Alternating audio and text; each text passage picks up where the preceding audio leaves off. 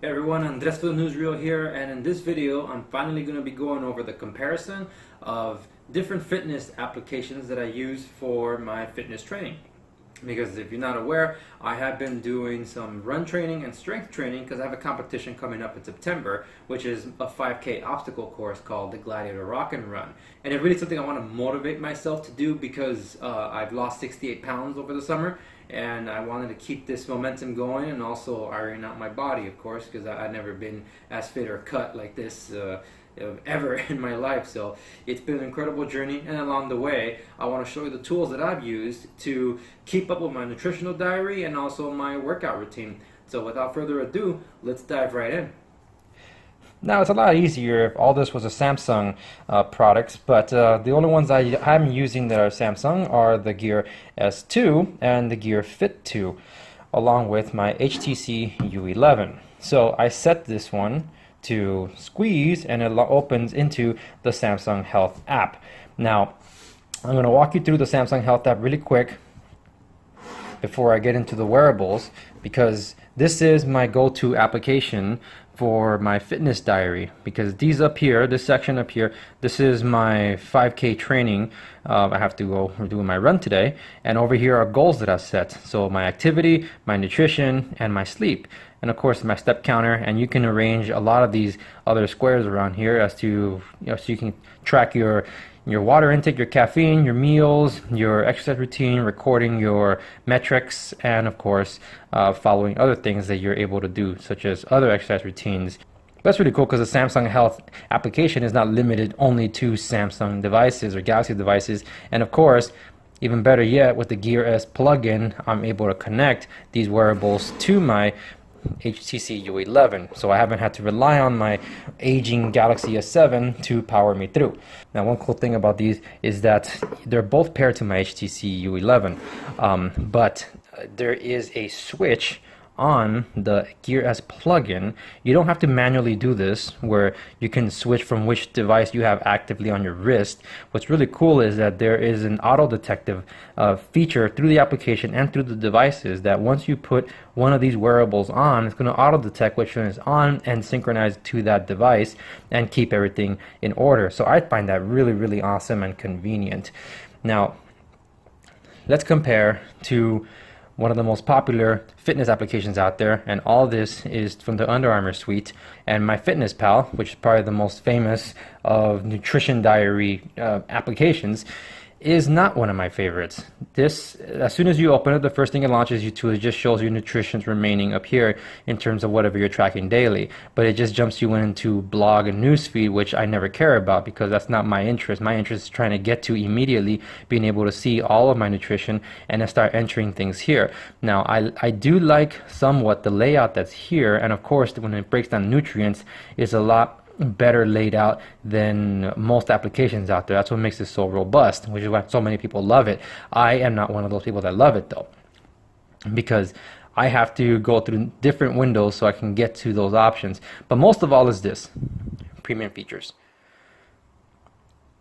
Technically, you have to pay for these things so you can keep track of everything. So that's one of the biggest downsides to using a FitnessPal or anything related to Under Armour, because you have to have some kind of subscription. Now, I do have one because Samsung did give me a 1-year premium features access because I have a Samsung device. It's a deal that they made with Under Armour. Here's an example of one of the things that I had to learn how to use my FitnessPal, because my FitnessPal nearly screwed up my diet once. When you are searching for something for nutrition, see this one has a green arrow on it next to it. That means it's verified. So when you type in, for example, egg, you're going to get a bunch of them, but then you're going to get some that aren't. Now, egg's pretty straightforward, but then when you see all these, which one are you supposed to pick? It just becomes very frustrating and convoluted, which is one of the reasons I don't like going through my FitnessPal to search for things, because a lot of these unverified metrics are through user inputted stuff. And this is the cynical side of me that believes that there's some people that are on MyFitnessPal just entering nutrition information that's erroneous and basically trying to screw people up from their diet, because I have had that moment where I nearly screwed up my diet believing that that was the intake, say in the mashed potatoes at a certain restaurant, and the steak intake, when it was completely off from what the restaurant actually offered. I was able to verify it through a Google search when I found the actual nutrition breakdown content from that restaurant in Seattle, and they had to print out their menu and nutrition breakdown there, which completely contradicted what MyFitnessPal and the rest of the Google search engine was showing for the nutrition facts. So it was a pretty close call, and one of the reasons that I was able to catch that is because my wife happens to be a chef, a culinary artist, and she too was questioning that. So that's one of the advices to take into caution when using something like MyFitnessPal. Now, one of the great advantages, of course, is that when you are tracking a lot of your macro units, this is the best place to look and track it. So I do give it props, but if you don't want to pay, then you're really left with very few options out there for free items. And my favorite one as of right now happens to be Samsung Health, because this one neatly lays things out as well and gives you graphs and bars and breaks downs of your main macros that you got to keep a track of. So this thing lays it out for me, and you can follow trends and see rewards that they always reward you with some badges and such. And this is free. Well, of course, that's Samsung selling the information to somebody else, whoever that is. But for the most part, I am appreciating that Samsung did a very good job in laying everything out, a wonderful user interface that you're able to interact with others that are following your friends with, and you compete with in such competitions and challenges like the one that just concluded, which is Tomato Challenge, and the one that starts now, which is the Avocado Challenge. And then you have to Discover, which is basically that blog, that news feed that MyFitnessPal forces upon you. Right here, you can get to it if you want to. Now, there is one extra feature that is not available on third-party Android devices. If you're using Samsung Health with a Samsung Galaxy device, you'll be able to get one more feature, and that's Experts, where you're able to have an online consultation or even a video doctor visit with a doctor, and you put your insurance information there because it's an actual service with real doctors and with your NSAs and your medical records and such. And I think that's an amazing service that they offer. So I highly recommend checking that out if you have a Samsung device. Health Insights. One of my favorite parts, though, is partner apps, because you can synchronize this with MyFitnessPal, with Map My Run. The export feature only exports the exercise routine of it. It doesn't export the nutrition. Like, some of my intakes have shown up in MyFitnessPal, but unfortunately they have not carried over, which is why today it shows blank, even yesterday it shows blank. So I have to manually input it here. But when it comes to exercise, though, Map My Fitness, the exercise routines are ported over from my Samsung. They are ported over from my Samsung Health over to MyFitnessPal, so they should appear here technically, and there they are.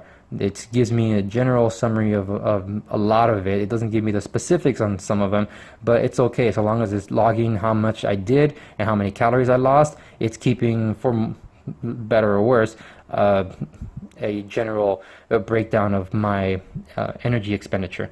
But yeah, so between all these, Under Armour Suite versus Samsung Health, Samsung Health my go-to, and the wearables that I love using with it, such as right now, because I'm not doing any fitness, I'm using my Gear S2 Classic. I'll put this band on it, and it'll be connected. And when I go do my run time later, I'll be using my Gear Fit 2 to take care of that business. And everything stays synchronized with all of my cell phone devices, all my trackers in the cloud, which is an awesome thing nowadays. And that does it. That's my quick comparison of Samsung Health versus the Under Armour Suite and the devices that I use to track my fitness. So that does it for this video. Thanks so much for watching. Like, share, and subscribe to stay in the know. And guess what? I wrote a book. So there's a link to that in the video description below, so you can read more about it. You can find it on Amazon via Kindle and print version. It's a romantic comedy. There's a lot of inspiration from true life events, and I'm really excited to share this with the world. Alright guys, I'll see you in the next video.